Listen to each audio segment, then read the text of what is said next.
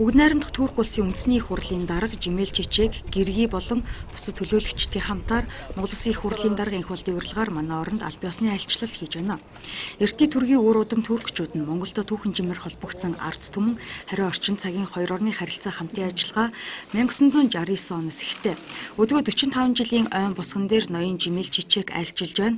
Манай улс бүгд найрамдах Турк улстай 1992 оноос хойш худалдаа эдийн засаг боловсрол, аялал жуулчлал, зам тээвэр батлан хамгаалах, хууль сахиулах салбарт 100 гаруй гэрээ хэлцээр байгуулж өндөр идэвхтэй харилцаж байна. Хоёр улсын худалдааны эргэлт өнгөрсөн жилүүдэд дунджаар 30 сая $, хүрч байсан нь чамлагдаж 2015 он гэхэд 250-аас 300 сая $, хүрэх зорилтыг дэвшүүлээд байна.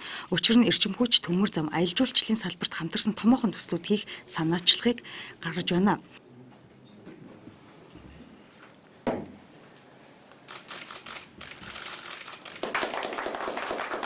Түүний айлчлалын үеэр манай төр засгийн удирдлагууд Туркээр дамжиж өөр зах зээл гаргах боломжтой бүтээгдэхүүнийг Монгол үйлдвэрлэх боломжийг хамтран хайх тухай яриа хүнджээ.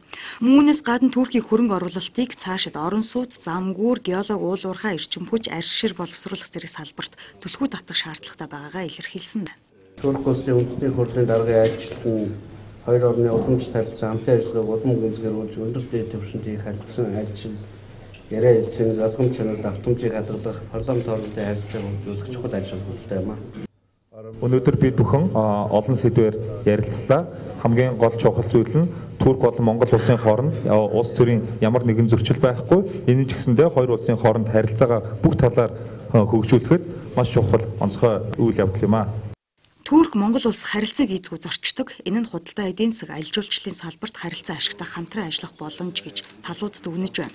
Мөн Туркийн үндэсний агаарын тээвэрлэгч Turkish Airlines компани 7 хоногт 3 удаа 500 зорчигчийн хязгаарлалтайгаар шууд нислэг үйлдэж байгаа нь бас нэг давуу тал бөгөөд энэ тоонд хангалттай түвшинд байна гэж ноён Жимэл Чичэг дүгнэж байна. Тэрээр маргааш Үрхангай аймгийн Хар хорин сумд очиж Эрдэнэ зам музейг үзэж сонирхох бөгөөд аль биесны айлчлалаа пүрэв гарагт өндөрлөнө.